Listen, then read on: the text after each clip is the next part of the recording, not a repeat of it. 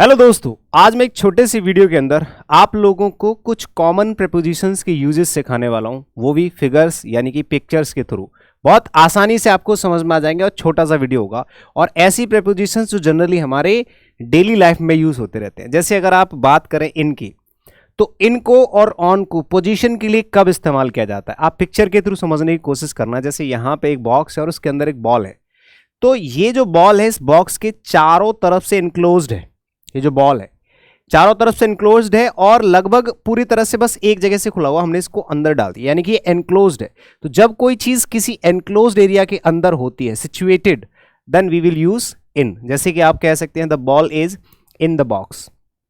अगर on use करना है, मतलब कोई भी सरफेस है, किसी भी चीज का सरफेस है, अगर उस सरफेस से टच होते हुए कोई चीज स्टेबल है, सिचुएटेड है, रखी हुई है, इसका सरफेस देखोगे तो टच हो रहा है, देखो इसका सरफेस और इसका सरफेस टच हो रहा है और ये स्टेबल है, एक जगह पर सिचुएटेड है, स्थित है। तो यहां पे हम क्या यूज करेंगे, ऑन। इन जब एनक्लोज्ड हो, ऑन जब ऊपर सरफेस टच करके किसी चीज के ऊपर, जैसे कि हाथ के ऊपर ये रिमोट रखा हुआ है, ठीक है ना।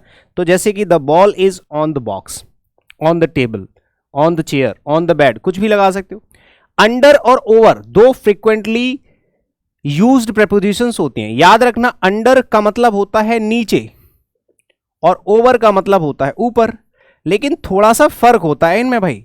फर्क क्या होता है, जैसे अगर बात करें अंडर, तो भाई किसी भी चीज के नीचे है कोई चीज, लेकिन इन दोनों के बीच में एक प्रॉपर गैप होता है भाई, एक प्रॉपर गैप होता है, थोड़ा सा गैप होना चाहिए।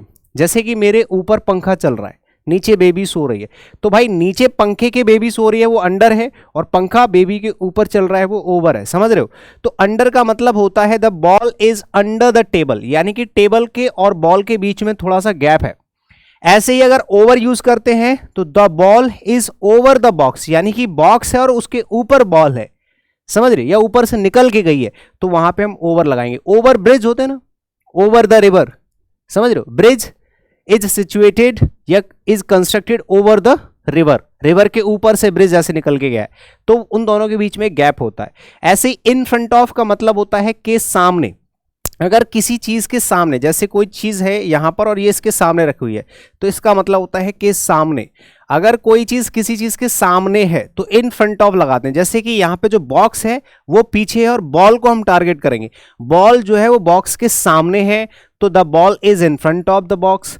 और अगर बॉल बॉक्स के बगल में है तो वहां पर नेक्स्ट टू इस्तेमाल करते हैं। नेक्स्ट टू यानी कि इसके बगल में है, सामने नहीं है ना पीछे है, बगल में है, तो बगल में है। जैसे कि सीमा मेरे बगल में बैठी हुई थी, Seema was sitting next to me, समझ रहे, यानी कि सीमा मेरे बगल में बैठी हुई थी। The ball is next to the box. आगे जैसे बिहाइंड देखोगे तो बिहाइंड का मतलब होता है पीछे, के पीछे। जैसे बॉल बॉक्स के पीछे है, बॉक्स आगे है, तो box is behind, sorry, box is in front of the ball and ball is behind the box. Ball is behind the box, के पीछे होना। और नियर होना मतलब पास में होना। अगर कोई चीज पास में है, थोड़ा सा डिस्टेंस है, हल्का सा डिस्टेंस है, जैसे मेरा घर यहाँ पे है और एक दो घर छोड़ के किसी और का घर है, तो वो जो घर है वो मेरे पास में है, या रेलवे स्टेशन मेरे घर के पास में, तो थोड़ा सा गैप है दोनों के बीच में, थोड़ा सा डिस्टेंस है, बॉक्स के पास में ही बॉल पड़ी हुई है, तो आप कह सकते हैं the ball is near the box. क्या कहोगे, the ball is near the box. ऐसे ही फार का मतलब होता है दूर और बिटवीन का मतलब होता है के बीच। फार का मतलब होता है दूर, यानी कि थोड़ा सा दूर है। अब देखो ये बॉल छोटी दिख रही है, छोटी कब दिखेगी, जब इसमें डिस्टेंस ज्यादा होगा दोनों के बीच में। तो the ball is far from the box, far from the box. From तो लगाना ही पड़ेगा, वो अलग टाइप की प्रीपोजिशन है, बाद में सिखाएंगे। बिटवीन का मतलब होता है के बीच, लेकिन ये सिर्फ दो चीजों के लिए इस्तेमाल किया जाता है, ठीक है, only for two, only for two. जब टू नंबर यानी कि दो नंबर होते हैं किसी भी चीज के, तब इस्तेमाल करते हैं के बीच। जैसे यहाँ पे आप फोटो के बीच में, फोटो से देखोगे, फोटो के अंदर कि यहाँ पे दो बॉक्स के बीच में बॉल रखी हुई है, तो आप क्या कहोगे, the ball is between the boxes. Between the boxes होगा, ठीक है ना, बिटवीन द बॉक्सेस। जो बॉल है वो दो बॉक्सेस के बीच में है तो बिटवीन लगाएंगे, ठीक है ना।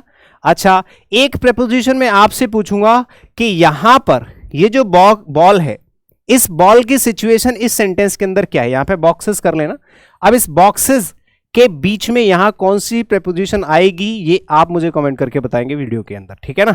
तो इन सभी बॉक्सेस के बीच में जो बॉल रखी है, the ball is dash the boxes, इसमें हम कौन सी प्रेपोजिशन फिल करेंगे ये आप मुझे बताओगे कमेंट करके। Comment now.